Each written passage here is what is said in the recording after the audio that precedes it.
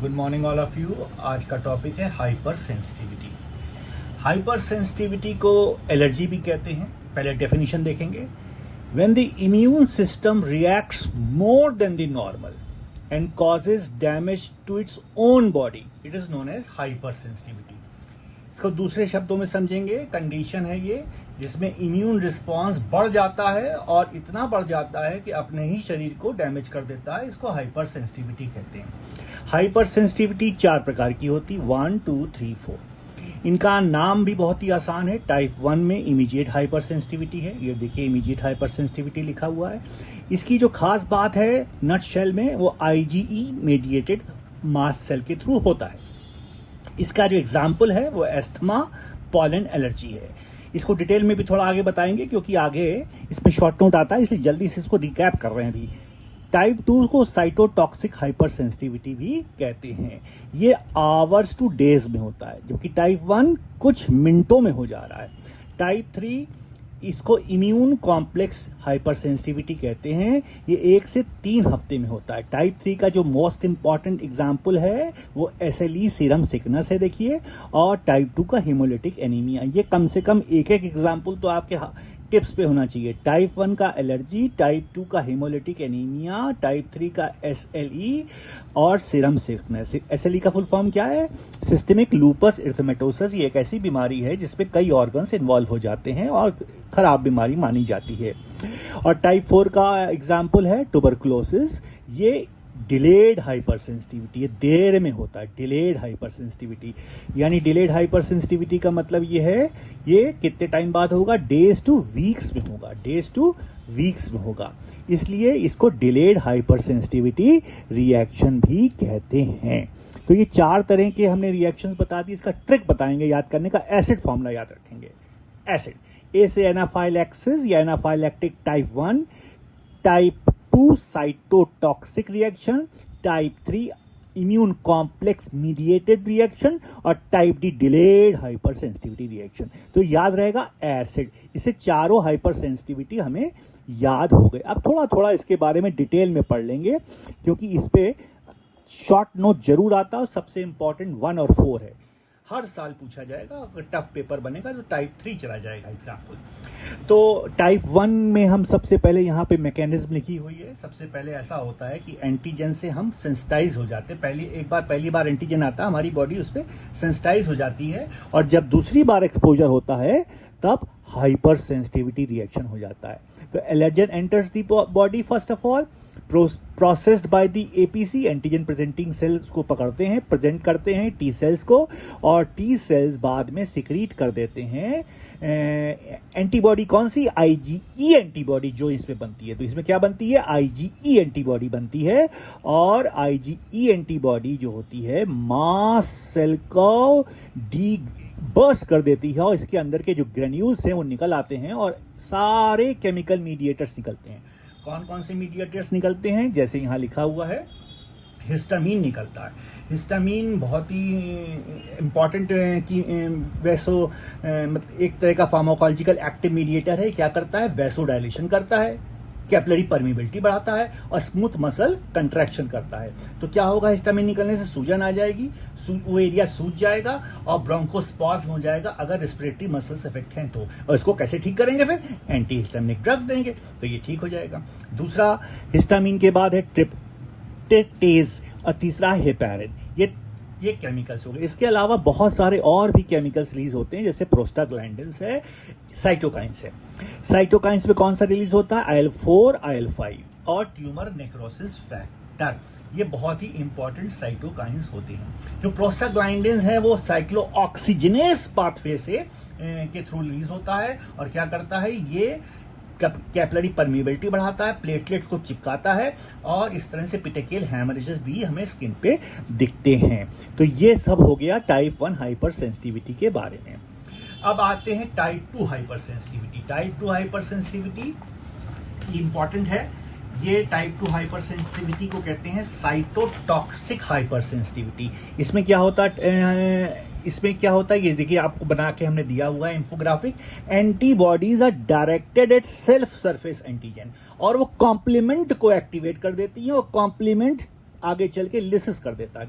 तो कॉम्प्लीमेंट क्या होता है? Complement are the set of biological proteins which helps in many immunological functions. तो कई इम्यूनोलॉजिकल फंक्शंस में कॉम्प्लीमेंट काम आता है, जैसे बैक्टीरिया को मारने के लिए, पैरासाइट्स को मारने के लिए काम आता है। तो कॉम्प्लीमेंट एक्टिवेट हो जाता है और कॉम्प्लीमेंट के द्वारा लिसिस हो जाती है, टूटने का शक्ति बढ़ जाती है और हमारे आरबीसी टूटना शुरू हो जाते हैं और हीमोलिटिक एनीमिया हो जाता है। तो इसके एग्जांपल सबसे इंपॉर्टेंट है, आरबीसी टूटेंगे तो ऑटोइम्यून हीमोलिटिक एनीमिया होगा, बेसमेंट मेम्ब्रेन किडनी की टूटेगी तो गुड पास्चर सिंड्रोम होगा, टीएसएच के रिसेप्टर टूटेंगे तो ग्रेव्स डिजीज होगा और एसिटाइलकोलिन रिसेप्टर्स पे एक्शन होगा तो माइस्थीनिया ग्रेविस हो जाएगा। ये इसके एग्जांपल्स हो गए टाइप 2 हाइपर सेंसिटिविटी रिएक्शंस के। इसके अलावा एक दो और इंपॉर्टेंट एग्जांपल्स होते हैं, माइकोप्लाज्मिक निमोनिया। इसमें जो एंटीबॉडीज बनती हैं वो माइकोप्लाज्मा निमोनी को तो मारती हैं मेरी शरीर की एंटीबॉडीज, और हमारे आरबीसी को भी मार देती हैं और हीमोलिटिक एनीमिया हो जाता है। एक और इंपॉर्टेंट एग्जांपल है इसका रोमैटिक फीवर।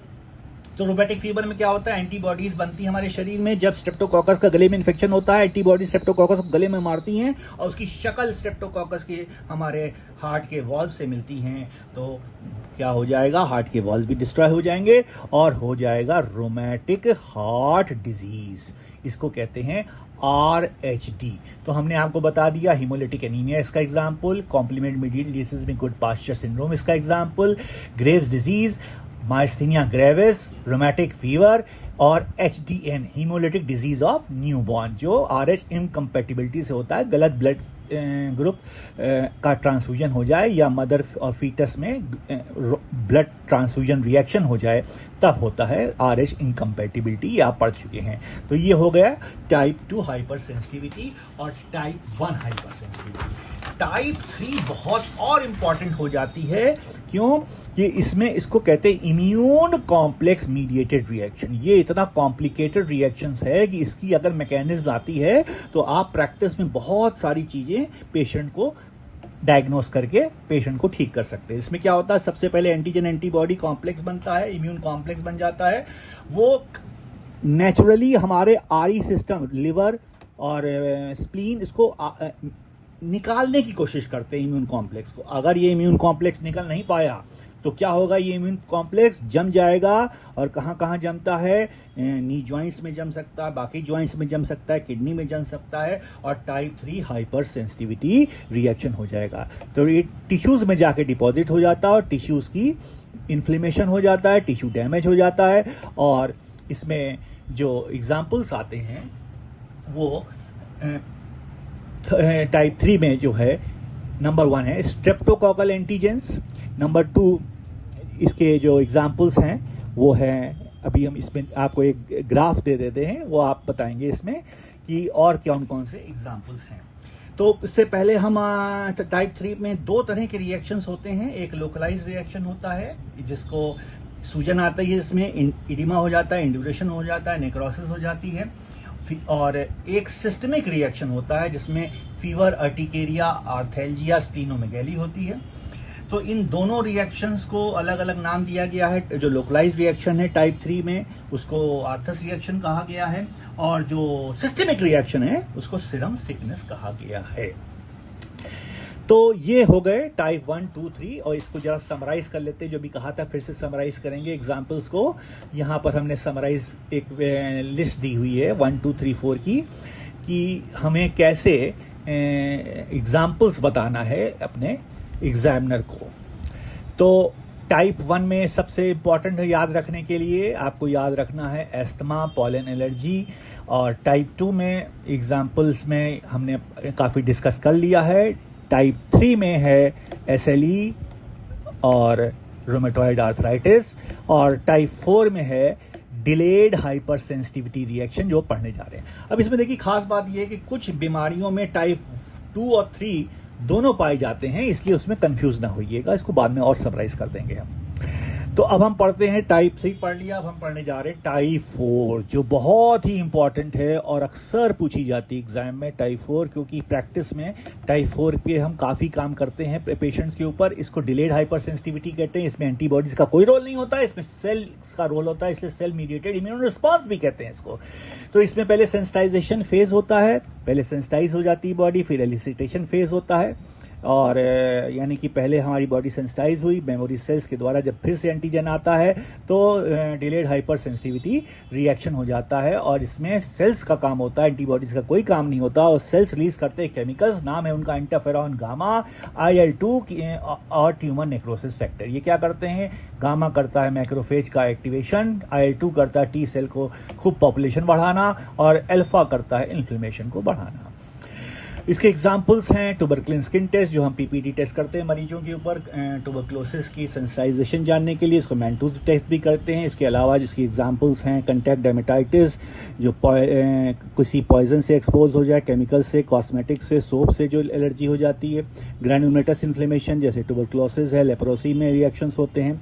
टाइप 1 डायबिटीज़ भी है, इंसुलिन डिपेंडेंट भी इसमें मानी जाती है। तो ये सारे इसमें एग्जाम्पल्स हो गए।